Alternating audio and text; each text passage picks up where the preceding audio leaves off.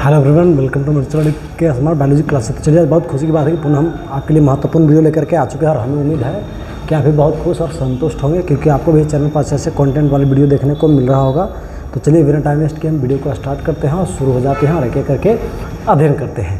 तो चलिए, बहुत खुशी की बात है कि बहुत दिनों बाद इस साल जो है हम पहली बार 11th क्लास के जो है वीडियो हम लेकर के आए हैं। तो 11th वाले बच्चों के लिए गुड न्यूज़ है और 12th वाले बच्चों के लिए जो है वीडियो जो है आता रहेगा, जो है ना वीडियो जो है ना हम प्रयास कर रहे हैं कि जल्दी जल्दी आएगा। अभी जो है ना 11th का हम जो है ना डाल दे रहे हैं। काफ़ी दिन से बच्चे 11th की डिमांड कर रहे हैं कि सर जी ऑनलाइन भी कुछ पढ़ा दीजिए, जो है ना रिवीजन हो जाएगा। तो इसको ध्यान में रखते हुए पढ़ाया गया है और 12th का भी वीडियो जो है ना आएगा। तो हो सकता है जो है ना एक आध दो दिन में 12th का भी वीडियो आएगा। अभी फ़िलहाल 11th का चल रहा है। तो चलिए, आप लोग चेक करके अनुसार चेक करते रहेंगे और अपने अनुसार पढ़ते रहेंगे। अपना जो 11th का आएगा तो 11 देखेंगे, 12th का आएगा 12 देख सकते हैं। 11th वाले बच्चे 12th वाले वीडियो भी देख सकते हैं, लेकिन 12th वाले बच्चे अभी कोई खास ज़रूरत नहीं है, आप 12th पर फोकस कीजिए। तो चलिए हम लोग आगे देखते हैं। जैसे कि हम लोग बात कर ले, जानकारी के लिए हम आपको बता दें, थोड़ा सा ध्यान देंगे बाबू। जो भी बच्चे 11th क्लास के हैं थोड़ा सा ध्यान देंगे। देखिए, जब आप पढ़ाई करते हैं, मैट्रिक में पढ़ रहे थे तो मैट्रिक की कुछ और बात थी बाबू, लेकिन आईएससी की कुछ और बात हो जाती है। आईएससी में सिलेबस आपका मैट्रिक की अपेक्षा ज़्यादा है, ढेर ज़्यादा है। तो आपको मन से और मेहनत से और ध्यान से पढ़ना पड़ेगा, ठीक है। इसके लिए आपको सबसे पहले तो एक जो है ना बेहतर जो है ना गाइडर्स की ज़रूरत पड़ती है, चाहे वो आपका गाइडर शिक्षक भी हो सकते हैं या आपके गार्जियन हो सकते हैं। इस बात का ध्यान रखें। दूसरी बात, उसके बारे में आपको पता होना चाहिए कि जो आप आईएससी कर रहे हैं उसमें क्या खासियत है या जो है ना क्या विशेषताएँ हैं, उसको करने से हमें क्या फ़ायदा है, क्या नुकसान है, या जो भी है उसके क्या बेनिफिट है, उस पर आप बात करेंगे। और उसमें क्या क्या पढ़ना है, कितना पढ़ना है, ये आपको पता होना चाहिए। तो हम आईएससी तो पूरी बात नहीं करेंगे, हम सिर्फ आईएससी के बायोलॉजी की बात करेंगे। बायोलॉजी सब्जेक्ट की हम बात करेंगे। बायोलॉजी सब्जेक्ट में आपको क्या क्या पढ़ना है, कितना पढ़ना है, किस प्रकार पढ़ना है, ठीक है। तो एज ए एनसीईआरटी बुक के अनुसार हम लोग चलेंगे और फुली एनसीईआरटी रहेगा, एकदम 110% टोटल एनसीईआरटी रहेगा और एनसीईआरटी के अकॉर्डिंग हम काम करेंगे और एक एक करके अध्ययन करेंगे।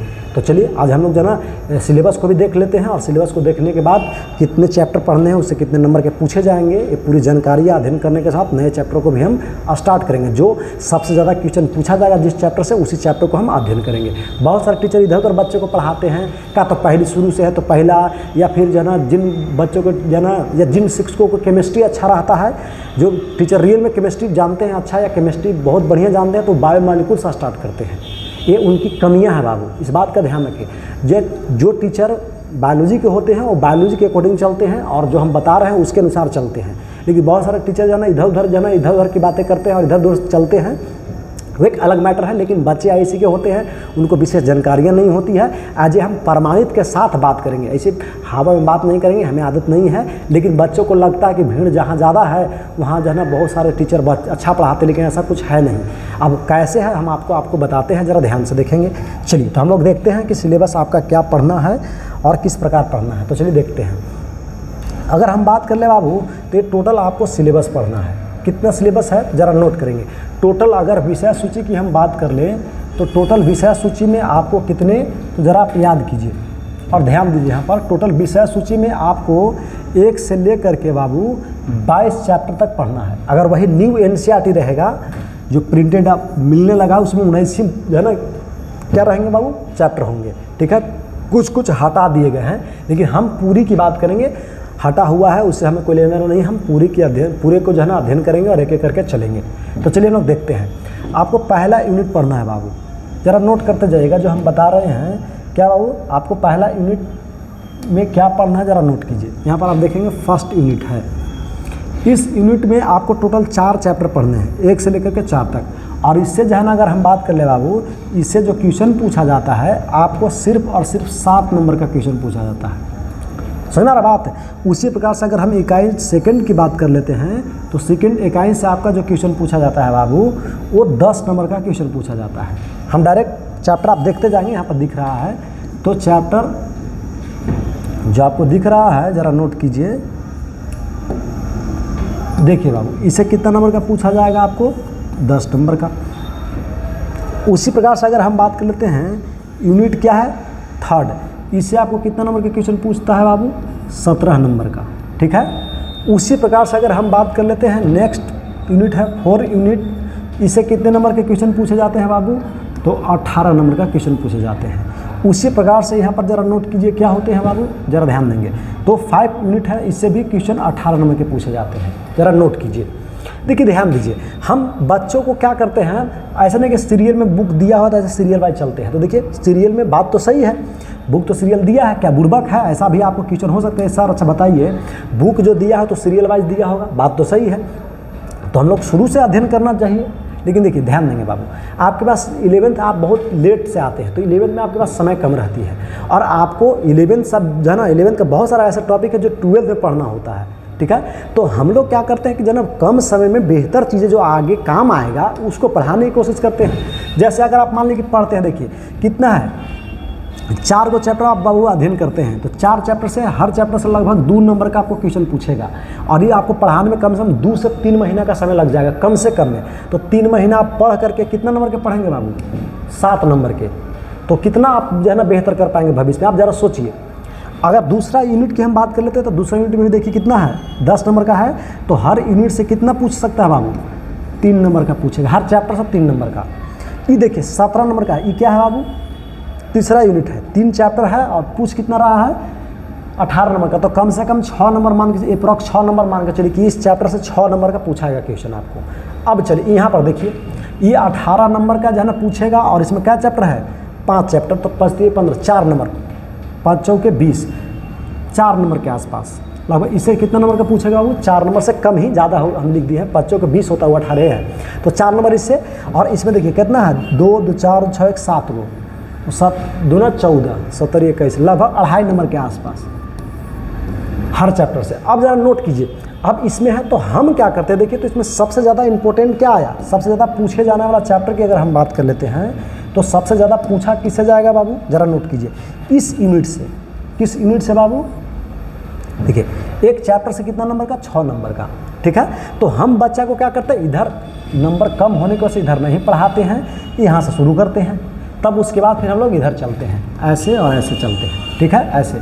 और फिर जब समय लास्ट में बचती है तो इन दोनों को हम कैप्चर कर लेते हैं। ये हमारा सिलेबस एनसीईआरटी के अकॉर्डिंग हम चलते हैं, कोई दिक्कत, fully NCERT, line by line NCERT. और एनसीईआरटी नहीं बल्कि एनसीईआरटी के अलावा जो बच्चे बेहतर पढ़ना चाहते हैं एनसीईआरटी से कुछ एक्स्ट्रा, तो उनके लिए कोटा का पैकेज हमारे पास, एलेन का जो है ना, श्रोतम का, इसके अलावा अदर बुक जैसे एस चंद हो गया, दिनेश हो गया, एमटीजी हो गया, अरिहंत हो गया, पिंगविन्स बुक हो गया, समझ रहे हैं, फिजिक्स वाला का हो गया, जुबैर खान का हो गया, बहुत सारे कंटेंट हमारे पास है, और सभी का हाइब्रिड कंटेंट हम देते हैं। अगर आप क्लास में आएंगे, और हाँ समय समय प्रोजेक्टर क्लास चलाते रहते हैं, वीडियो एनिमेशन जो है दिखाते रहते हैं, बच्चे को बेहतर समझ में आती है। जो पढ़ने वाले बच्चे हैं तो उनके लिए बेहतर है चीज़ें, जो नहीं होते हैं उनके लिए बेकार लगती है, सब चीज़ें बेकार है।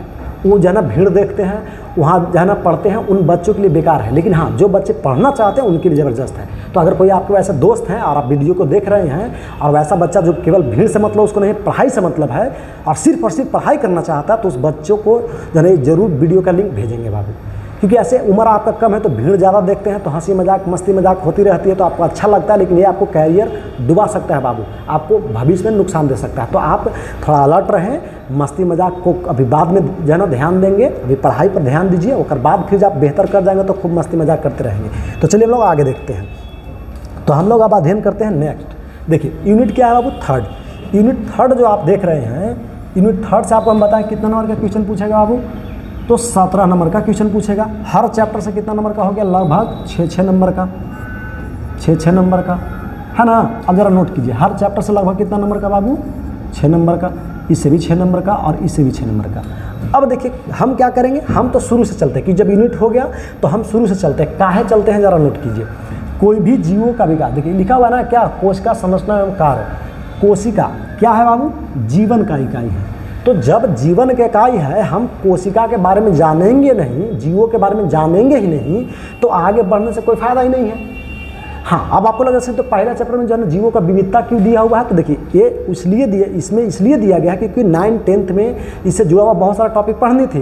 तो जो इसमें सिलेबस बनाया गया है वो पीछे के आधार पर बनाया गया है। लेकिन यहाँ पर दिक्कत क्या होती है कि बच्चे तो मैट्रिक और 9th 10th में पढ़ते ही नहीं हैं, इसलिए उनको हो जाता है दिक्कत, और पूछता भी कम है, क्योंकि उसको पता है कि पहले पढ़ाया गया तो बच्चों को जानकारी है, तो इससे कोई खास विशेष इसका महत्व भी नहीं है।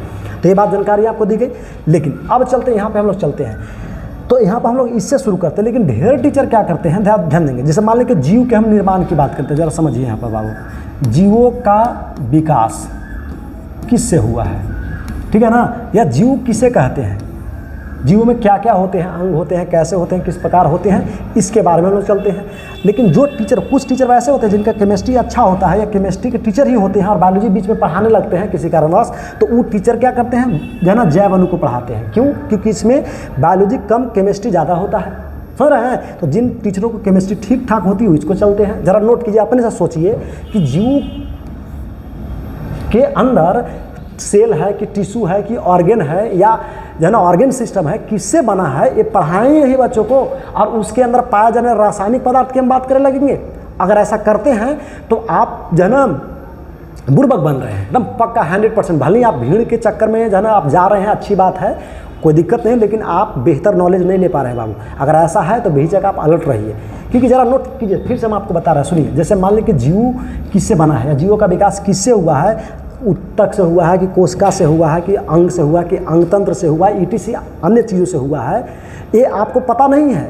लेकिन उसके अंदर क्या पाया जाता है ये पढ़िएगा आप, कि उस कोशिका में या उस उत्तक में कौन से रासायनिक पदार्थ होते हैं। जरा सोचिए, तो आपको नहीं अजीब लग रहा है, अजीब गरीब? अगर ऐसा नहीं लग रहा है तो समझिए कि आप बेहिचक जो है ना क्या है, अननोन पर्सन है। यानी जो है ना आप उसको कह सकते हैं कि आप होशियार नहीं है बायोलॉजी के क्षेत्र में। और अगर होशियार रहते तो आपको ये बात का खबर लगता कि आप बायो जो है ना जैव अणु कैसे पढ़ रहे हैं भाई। और नहीं तो चलिए खैर की बात नहीं, लेकिन हम लोग यहाँ पर हम इसकी बात नहीं करेंगे, क्योंकि हम बच्चों के अकॉर्डिंग चलेंगे और बच्चों को जो समझ में आएगा और जो उसके लायक होगा उसकी बात करेंगे। इसीलिए एनसीईआरटी बुक इसको अगर जब वैसा होता तो ये पहले देता, क्योंकि ये तो मान लीजिए जो है ना ज़्यादा नहीं पूछ रहा, एक यूनिट है, सेम ही है ना। तो इसको जब ऐसा ज़्यादा इंपॉर्टेंट ही रहता तो ये पहले देता। तो क्या एनसीईआरटी बुड़बक है कि बाद में दे दिया, ये पहले दे दिया है? जरा सोचिए, आप अपने से दिमाग से सोचिए। तो या तो आप बुड़बक हैं, नहीं तो आपको टीचर बुड़बक बना रहा है जहाँ पर आप पढ़ रहे हैं, या तो आप बुड़बक हैं जो पहले ही पढ़ रहे हैं, और नहीं तो फिर आपको टीचर बुड़बक बना रहा है। समझ रहे हैं? तो इस चीज़ का ध्यान रखें। तो कौन क्या कर रहा है उसे हमें कोई लेना देना नहीं है। हम चाह रहे थे कि हम बच्चों को बेहतर चीज़ दें और इसके लिए जानकारियाँ दें, तो हम आपको बता दिए। हम लोग इसकी बात नहीं करेंगे, हम लोग चलेंगे इस तरफ, इसकी बात करेंगे, है ना। किसकी बात करेंगे बाबू?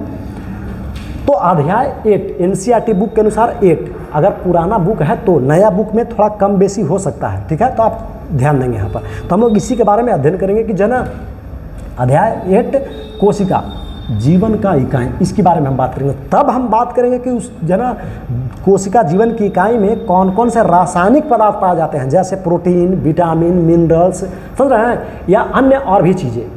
सुना रहा बात?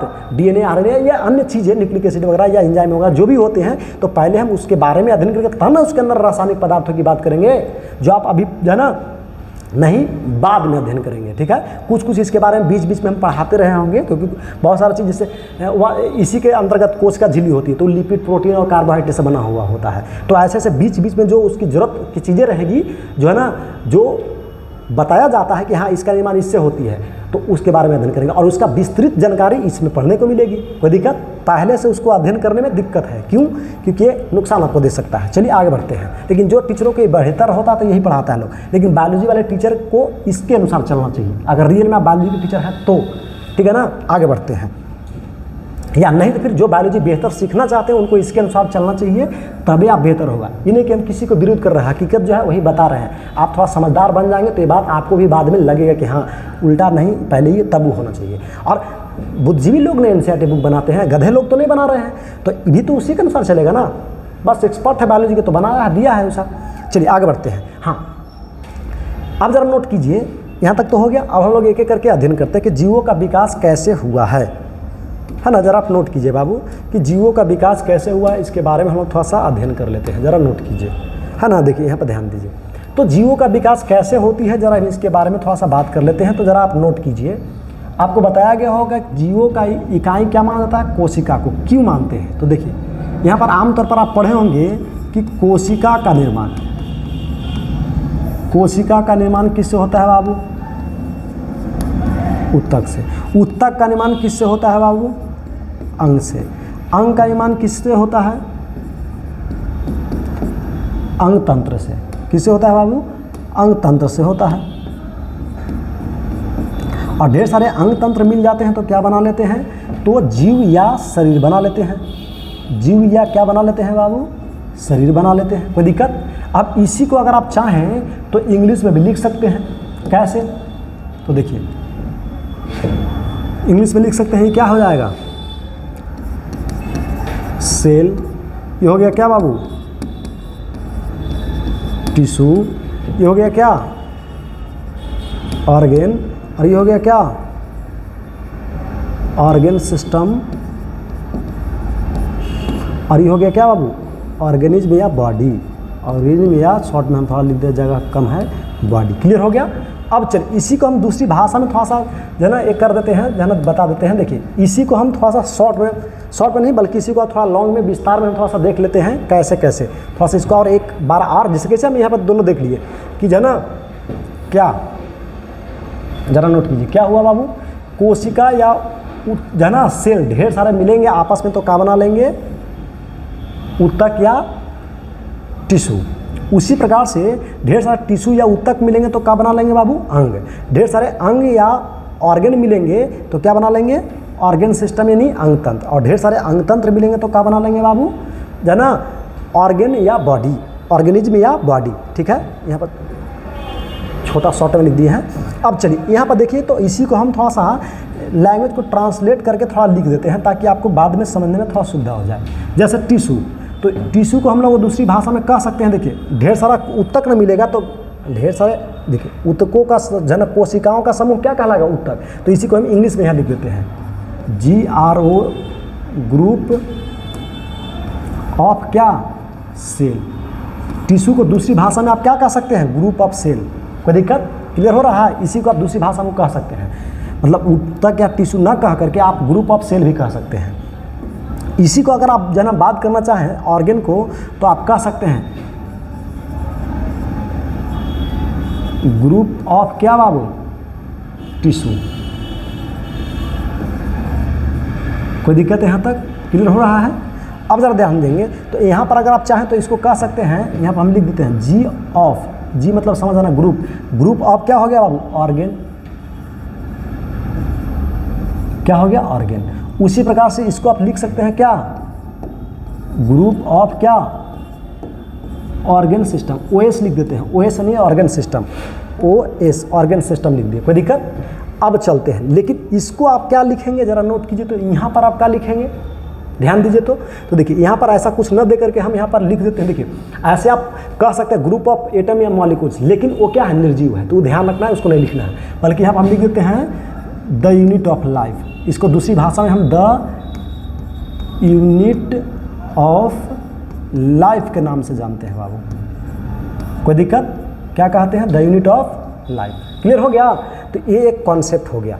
अब इसी कोशिकाओं को हम स्ट्रक्चर के रूप में दिख रहे हैं। जैसे देखिए यहाँ पर कैसे, इसी को जो हम अध्ययन कर रहे हैं ना कोशिका, तो पहला में यहाँ पर हो गया, हम नंबरिंग दे देते हैं। अगर आपको समझने के लिए थोड़ा सा हम जानकारियाँ दे दें तो देखिए यहाँ पर देखिए ये पहला हो गया, तो छोड़िए यहाँ से डायरेक्ट चलिए, पहला ये वाला हो गया, ऊपर वाला पहला हो गया है ना, पहला। तो पहला देखिए क्या है, कोशिका है बाबू, दिख रहा है। यहाँ पर इधर देखिए कोशिका दिखाया गया, दोनों फिगर है, उधर से इधर दिखाया है, इधर से उधर दिखाया है, तो उससे कोई दिक्कत नहीं है। तो ढेर ऊतक है, सॉरी कोशिका ना है, कोशिका ढेर सारा, तो क्या मिल के बना लिया, कोशिका। देखिए यहाँ पर लिखा हुआ है सेल, तो क्या बना, टिश्यू। देखिए बनावट देखिए, इससे हम स्ट्रक्चर भी बनाते हैं। बोर्ड पर जब हम पढ़ाते हैं नॉर्मल बोर्ड पर तो फिगर बना देते हैं इसे, लेकिन आसमान बोर्ड पर बना रहे हैं तो फिगर बनाने की जरूरत है, वीडियो लंबा झूठे को हो जाएगा फालतू में, तो इसलिए हम डायरेक्ट फिगर डाल दिए यहाँ पर ताकि आपको समझने में सुविधा हो जाए। तो देखिए सेल ढेर सारा मिला तो क्या बन गया बाबू, टिश्यू। और ऐसे ऐसे टिश्यू ढेर सारे मिले तो क्या बन गया बाबू, ऑर्गेन। और ऐसे ऐसे ऑर्गेन और भी मिलेंगे, देखो अलग अलग है ना, जैसे ये वाला ए है, देखिए लीवर हो गया, छोटी आंत, बड़ी आंत, ये सब मिले तो क्या बन गया, ऑर्गन सिस्टम। और ऐसे से ऑर्गन सिस्टम श्वसन तंत्र, पाचन तंत्र हो गया, परिवहन तंत्र, जनन तंत्र, उत्सर्जन तंत्र, इसी मिलकर क्या बना लिया, ऑर्गेनिज्म, जीव बन गया। उसी प्रकार से यहाँ पर भी देखिए सीधा एगो है, ये उधर से इधर चल रहा था, इधर से उधर जा रहा है, तो देखिए यहाँ पर क्या है बाबू, जरा नोट कीजिए। देखिए यहाँ पर ढेर सारा कोशिका, देखिए ऐसे कोशिका हम पढ़ाए होंगे, आपको बताया भी है। अब क्योंकि कोशिका चल ही रहा है तो इसमें बताया गया कि ढेर सारा कोशिका ऐसे हैं, ये मिलेंगे तो जन कोशिकाओं के समूह को हम क्या कह देंगे, टिश्यू, ऊतक कह देंगे। ऊतक ढेर सारे मिलेंगे तो अंग जना ढेर सारे में तो अंग तंत्र, और फिर उसका जीव या बॉडी बन गया, शरीर बन गया एगो। तो एक कॉन्सेप्ट है बाबू जीवों का, कोशिका से संबंधित है। ये मैंने पूरा इंट्रोडक्शन क्लास, इसमें बहुत ज़्यादा डीप हम नहीं जा पाएंगे क्योंकि भी इंट्रोडक्शन क्लास है और जो है ना गर्मी भी बहुत लग रही है, तो थोड़ा शॉर्ट में वीडियो बनाएंगे, मैंने थोड़ा लॉन्ग ज़्यादा नहीं होगा। फिर उसके बाद एक एक करके बहुत डीप हम अध्ययन करेंगे। अभी इंट्रोडक्शन है तो आराम से हम चीज़ों को अध्ययन कर रहे हैं, बता रहे हैं, क्योंकि ज़्यादा लंबा वीडियो होगा तो आपको बोरिंग का एहसास होगा। ठीक है, तो चलिए आगे देखते हैं। इसके अलावा अगर हम बात कर लेते हैं, ज़रा नोट कीजिए, देखिए अब ये तो हो गया कि किसको लेकर के बाबू, तो देखिए ज़रा नोट कीजिए, ये तो हम लोग जीव मानव को लेकर के अध्ययन की कि मानव की कोशिका ऐसे ऐसे मिलेगी मानव बना लेगा, ऐसे ऐसे मिलेगी मानव बन जाएगा। लेकिन थोड़ा सा हम देख लेते हैं पौधों की कोशिका को लेकर के। तो देखिए तो पौधों में क्या बाबू, देखिए पादप कोशिका ऐसा है, ठीक है ना, ऐसा ढेर सा ऐसा मिलेगा तो ऐसा दिखेगा, ठीक है ना। ये कहाँ से, पत्तियों से, तो ज़रा नोट कीजिए, तो ये पत्तियों से हो रही है। और देखिए यहाँ पर दिख रहा है कि ढेर सारा कोशिका मिला तो क्या बन गया, उत्तक, यानी ढेर सारा मिल के ऐसा बना लेगा। ये ढेर सारा ऐसा मिलेगा तो क्या बन जाएगा, अंग। अंग यानी क्या, पत्तियाँ। फिर उसके बाद पत्तियाँ, टहनियाँ, तना, जड़, ऐसा बहुत सारा होता है तो उसको बोलेंगे ऑर्गन सिस्टम, या और भी बहुत सारी चीज़ें होंगी, और उसका देखो नया पौधा बन जाएगा। अब चलते यहाँ पर ध्यान दीजिए, तो ये जो पौधा दिख रहा है बाबू, देखिए इस पौधे की अगर कोशिकाओं को देखेंगे तो ऐसा दिखेगा, ऐसा या ऐसा, दोनों एक ही है। बनावट जो है ना आयताकार भी हो सकता है या षष्ठभुजाकार, ठीक है। और अगर जंतु कोशिका की अगर हम बनावट को देखें तो ऐसा होता है, अंडाकार होती है। क्लियर हो गया, ये मानव को शरीर को या जंतुओं भी ऐसा होता है।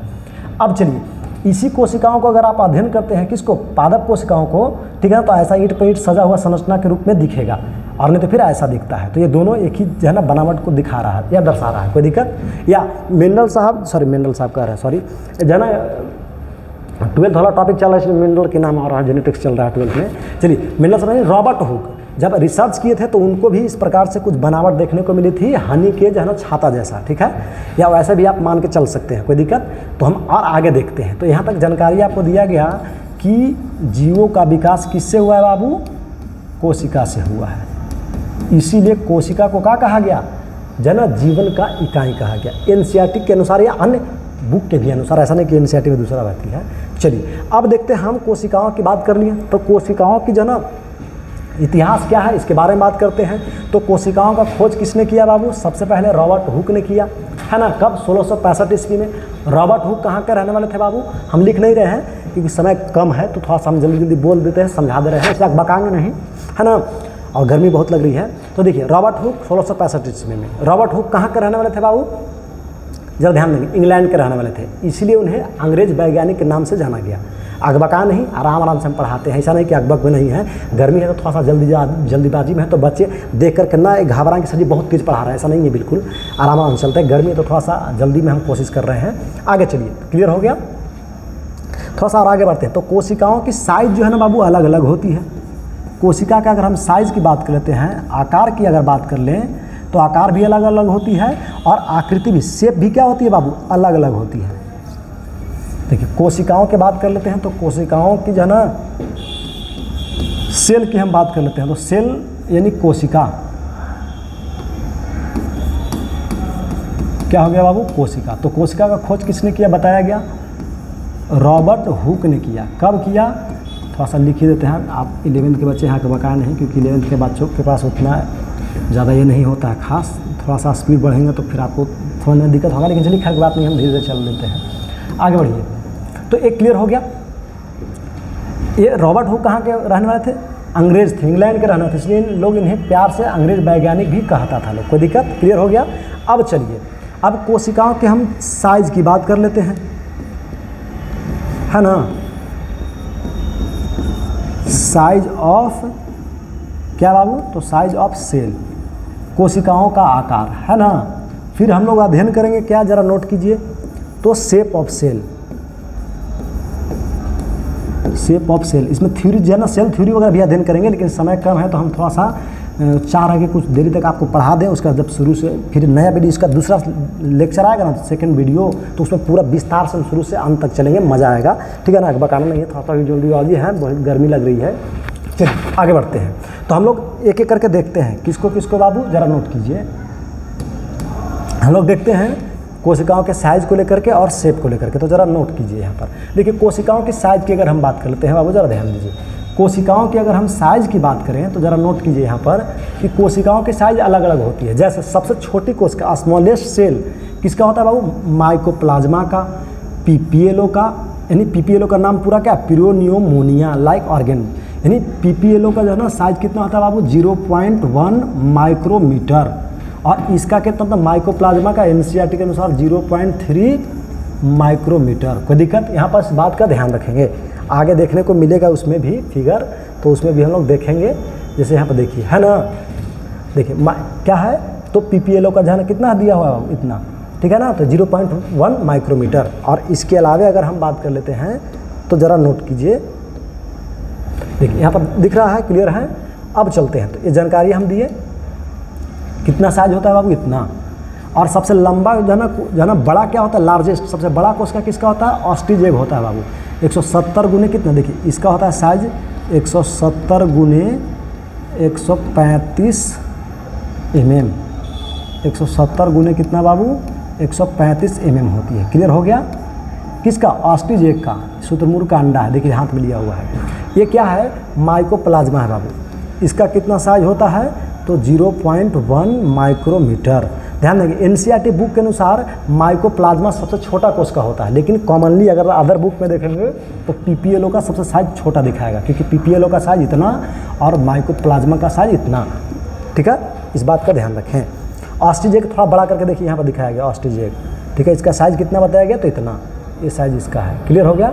देखिए यहाँ पर स्मॉलेस्ट सेल, यही क्या है बाबू, पीपीएलओ है, ठीक है, सॉरी माइकोप्लाज्मा है। क्या है बाबू, माइकोप्लाज्मा। इससे भी थोड़ा छोटा रहेगा, वो पीपीएलओ कहलाएगा।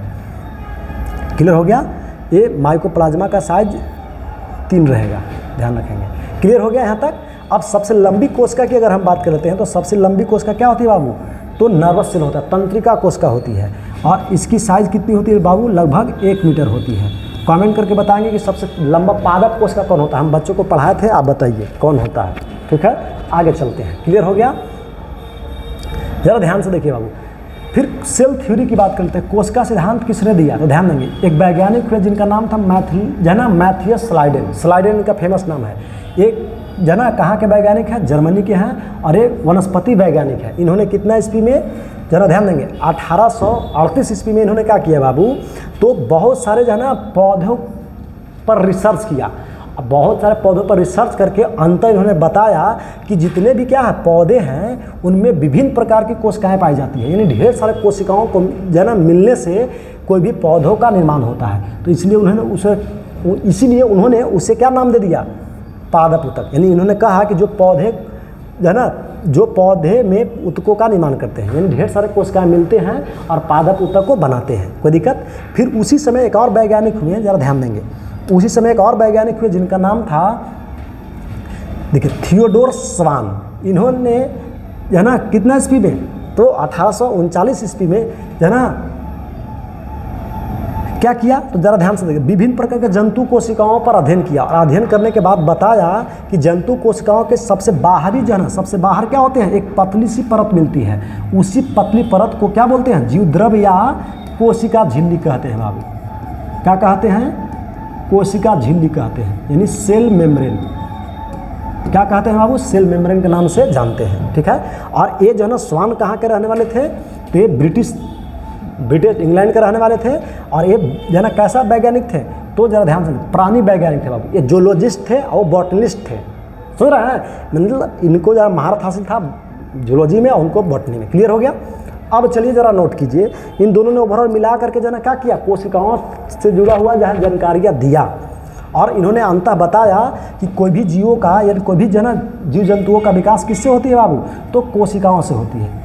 ठीक है ना, किससे होती है, कोशिकाओं से होती है। यानी उनका उत्पाद क्या है, कोशिका है। क्लियर हो गया?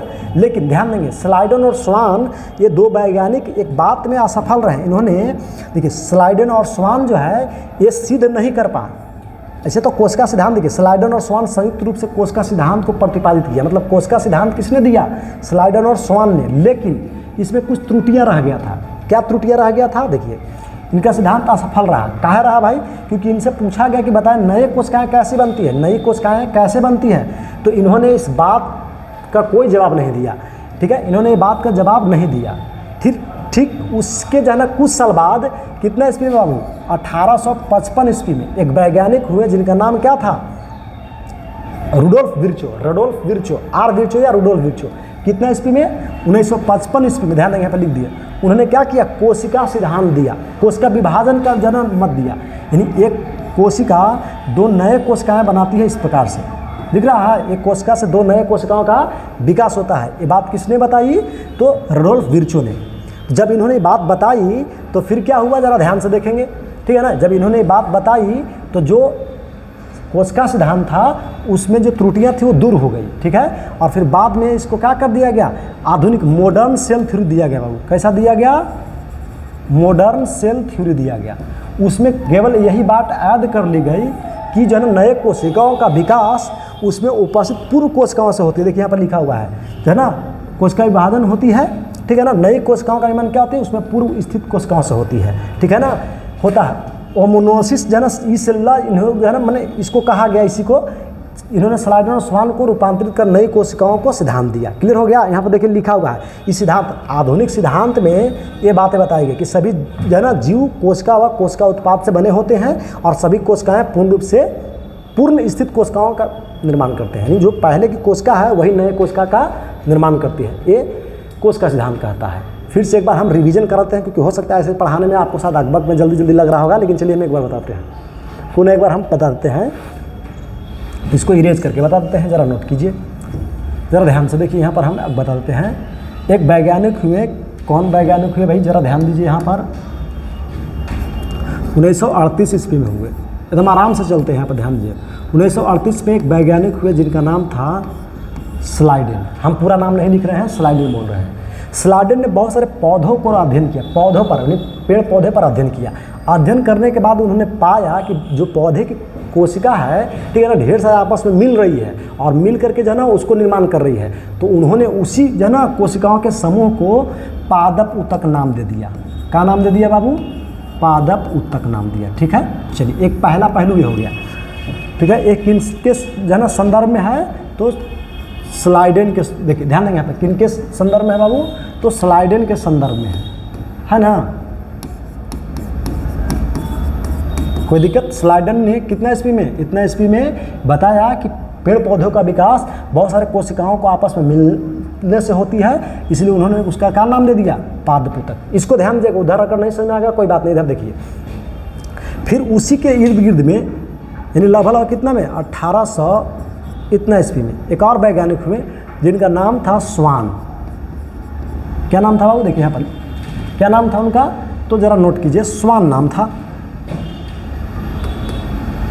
क्या नाम था बाबू? स्वान। तो इस स्वान वैज्ञानिक ने क्या किया, तो लगभग जना पौधों की कोशिकाओं पर नहीं, पौधे कोशिकाओं पर कौन, इन्होंने जंतु की कोशिका पर रिसर्च किया। बहुत सारे जंतु कोशिका को लिया और उस पर रिसर्च किया, तो पाया कि जंतु कोशिकाओं के जो है ना चारों ओर से, ध्यान देंगे, जंतु कोशिकाओं के चारों ओर से क्या होती है, एक पतली परत होती है। दिख रहा है? जंतु कोशिकाओं के चारों ओर से एक पतली क्या होती है बाबू? परत होती है। इसी परत को क्या कहा गया? इन्होंने कोशिका झिल्ली नाम दिया, सेल मेम्ब्रेन नाम दे दिया। कोई दिक्कत? या उसी को क्या कहा गया? जीव द्रवी झिल्ली। कोई दिक्कत? चलिए, यहाँ तक क्लियर हो गया। फिर उन दोनों वैज्ञानिकों ने मिलकर के ओवरों ने जन्म मत दिया जिसका नाम था कोशिका सिद्धांत, है ना। अब इस कोशिका सिद्धांत में इन्होंने बता, देखिए यहाँ पर लिखा हुआ है, कोशिका सिद्धांत को प्रतिपादित किसने किया? स्लाइडेन और स्वान ने, ठीक है ना। प्रतिपादित तो कर दिया, लेकिन इनसे पूछा गया कि बताया नए कोशिकाएं कैसे बनती है, तो इन्होंने बताया नहीं। फिर बाद में कितने ईस्वी बाद, ध्यान देंगे, फिर 1855 ईस्वी में एक वैज्ञानिक आए जिनका नाम था Rudolf Virchow, Virchow. Rudolf Virchow ने क्या किया? कोशिका विभाजन का मत दिया, कोशिका विभाजन का मत दिया, सिद्धांत दिया। और उससे प्रमाणित हुआ कि जना, या उसमें उन्होंने बताया कि नए कोशिकाएं जो बनती है वो पुराने कोशिकाओं से बनती है, यानी जो जीवों के शरीर के अंदर पहले से कोशिका, यानी पूर्व स्थित कोशिका है, उसे नए कोशिकाओं का निर्माण होता है। तो जब इन्होंने मत दिया तो उनकी जो त्रुटियां थी, किनको? स्लाइडेन और स्वान के जना कोशिका सिद्धांत में, वो जना त्रुटियां क्या हो गई? दूर हो गई। उसके बाद उस सिद्धांत को मॉडर्न सेल थ्योरी कहा गया, यानी मॉडर्न आधुनिक कोशिका जना कोशिका सिद्धांत कहा गया, जिसमें दो बात बताई गई। बस जो ऐसा था कोशिका सिद्धांत, वो सेम बात रहा, कोशिका सिद्धांत वाला ही जो है ना मॉडर्न कोशिका सिद्धांत में जो है ना रूल रहा, लेकिन बशर्ते एगो ऐड बात उसमें कर दी गई कि जो है ना उनमें नए कोशिकाओं का विकास उनमें स्थित पूर्व कोशिका से होती है, नहीं तो और सब सेम टोटल रहा। कोई दिक्कत यहाँ तक? चलिए थोड़ा सा आगे देख लेते हैं जल्दी। चलिए तो देखिए पादप कोश का जो है यहाँ से जो नीचे दिख रहा है पादप कोश का है बाबू, और यहाँ से ऊपर दिख रहा है वो क्या है, जंतु कोश का। ये पूरी तरह से एनसीईआरटी बुक से लिया हुआ है। कहाँ से लिया गया है बाबू, एनसीईआरटी बुक। जितने भी इसमें आपको दिखा रहे हैं हम सब एनसीईआरटी बुक से ही लिया जा रहा है। अधिकांश जरा 80% एनसीईआरटी बुक से है। किसे लिया गया है बाबू, एनसीईआरटी बुक से हम ले रहे हैं। ठीक है, क्लियर हो गया। यहाँ पर ज़रा ध्यान देंगे तो ये फिगर एनसीईआरटी बुक से लिया हुआ फिगर है ना। अब ज़रा नोट कीजिए कि जब एनसीईआरटी बुक से लिया हुआ फिगर है तो आप ज़रा नोट कीजिए, यहाँ पर ध्यान दीजिए कि ये किसका कोश का है, तो जंतु कोश का है, और इसके बारे में भी हम लोग अध्ययन करेंगे। और ये किसका, सॉरी उल्टा बोल गए, ये प्लांट सेल है बाबू। ये क्या है, प्लांट सेल है। ध्यान दीजिएगा, मिस्टेक से हम उल्टा बोल गए। ये क्या है, प्लांट सेल। और ये क्या है बाबू, एनिमल सेल है। यानी जंतु कोश का नीचे वाला है और प्लांट सेल यानी पादप कोश का ऊपर वाला है। कोई दिक्कत। अब चलिए हम साइज बात कर रहे थे, डिफरेंट साइज अध्ययन कर रहे थे ना, तो साइज अध्ययन कर लिए थे। देखिए यहाँ पर हम साइज की बात किए थे। यहाँ पर जो आपको हम बताते हैं, देखिए कोशिकाओं के अलग अलग साइज हम लोग अध्ययन किए थे, है ना, डिफरेंट टाइप का साइज। लेकिन हम थोड़ा सा यहाँ पर शेप की बात करेंगे। कोशिका की शेप मतलब बनावट। तो ज़रा नोट कीजिए, कोशिका की अगर हम बनावट की बात करें तो ज़रा नोट कीजिए, कोशिकाओं के डिफरेंट टाइप के बनावट होते हैं। देखिए जैसे आरबीसी इस प्रकार से आपको जो है देखने को मिलेगा, डब्ल्यूबीसी ऐसा दिखेगा। देखिए कुछ स्तंभाकार कोशिका ऐसा है, उपकला उत्तक या उपकला कोशिका जिसको कहते हैं। देखिए तंत्रिका कोशिका ऐसा दिखता है, कुछ ऐसा कोशिका दिखता है वाहिनियों की। फिर जो है ना देखिए कुछ कोशिका ऐसी दिखती है। अब चलते, ये बात तो हो गई क्लियर। कोशिकाओं के विभिन्न प्रकार के ये क्या होते हैं, शेप होते हैं। शेप क्या होते हैं, डिफरेंट टाइप के होते हैं। तो शेप अलग अलग आपको दिखाया गया। ऐसा और बहुत सारे शेप होते हैं, लेकिन कम से कम इतना ऐसे हम ऑफलाइन क्लास में आपको ढेर सारे दिखाए भी होंगे, प्रोजेक्टर पर भी और ऐसे भी बताए होंगे।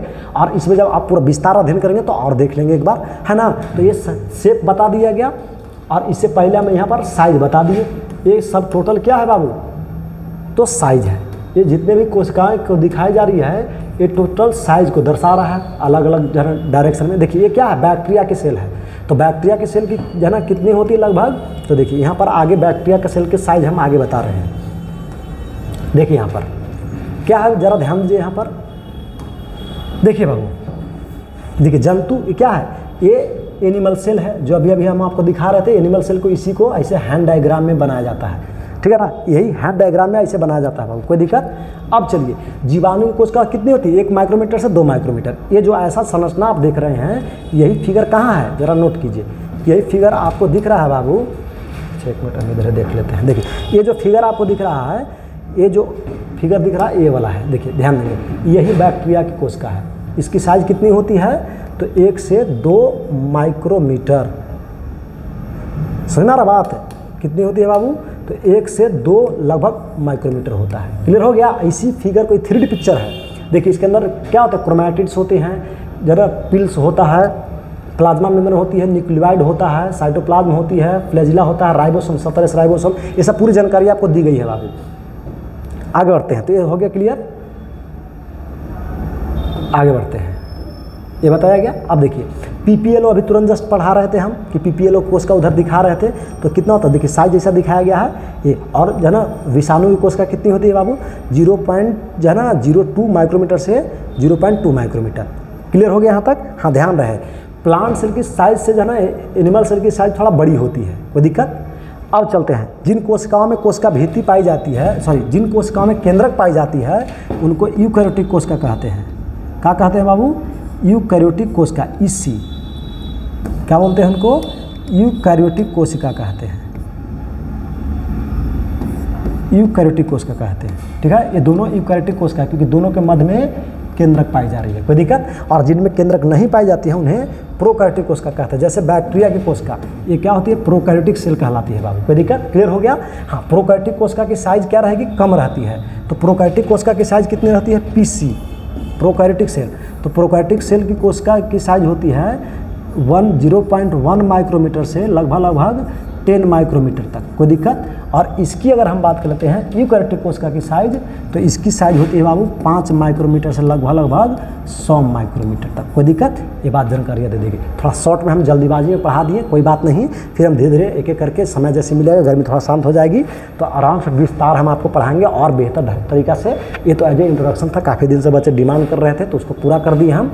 और बच्चे अगबकाए नहीं, थोड़ा धैर्य से जाकर एक बार में थोड़ा समझने में आपको तकलीफ हो, क्योंकि हो सकता है स्पीड है, गर्मी की वजह से जल्दी पढ़ा रहे हैं हम, तो अगर कोई तकलीफ हो तो थोड़ा सा आराम से इसको देख करके समझ सकते हैं, या फिर स्पीड को स्लो कर लेंगे। वहाँ कौन पर होता है ना स्पीड बढ़ाने वाला और रेजोल्यूशन बढ़ाने वाला, तो वहाँ से कम करके थोड़ा स्लो करके देख लेंगे, ठीक है। फिर हम लोग नेक्स्ट डे मिलते हैं और बातें करते हैं। तब तक जो है ना आगे पढ़िए और बेहतर सीखिए। तो चलिए फिर हम लोग नेक्स्ट डे मिलते हैं और बातें करते हैं।